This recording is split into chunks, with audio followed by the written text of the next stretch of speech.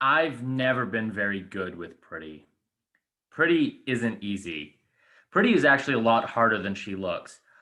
A guy like me knows that pretty is way out of his league.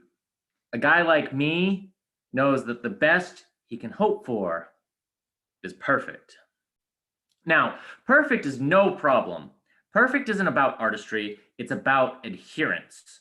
Perfect has 5 feet. Up, down, up, down, up, down, up, down, up, down.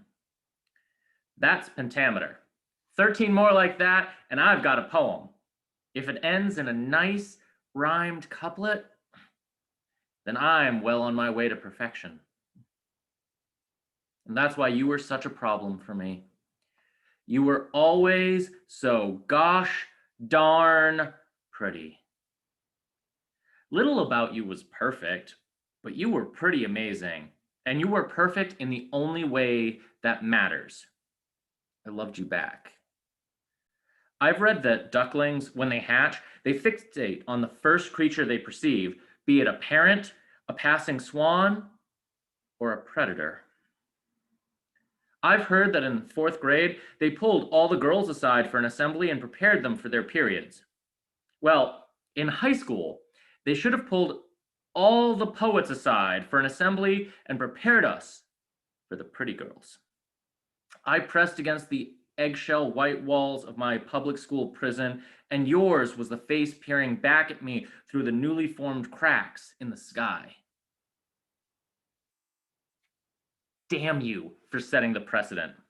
Pretty, for me, would always mean blonde hair, blue eyes, pointy nose, and a body that was put together by angels. Pretty would always mean a permanent wart on the pocket of the right eyelid, a penny-sized mole on the underside of the left breast, and the parchment paper skin so translucent it revealed every emerald vein and vessel twisting beneath it.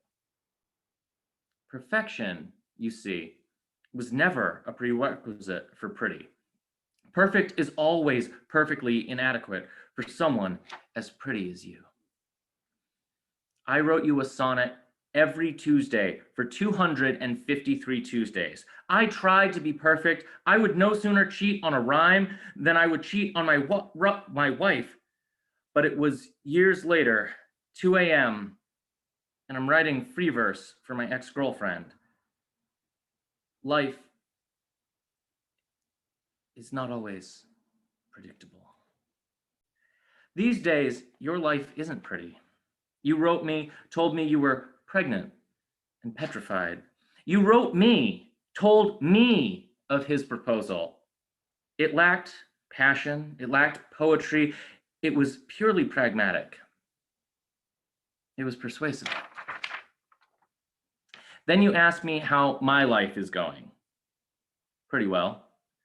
I dreamt of being a painter, but instead I'm paid lots of money to design bank logos and credit card brochures. No one expects bank logos to be pretty.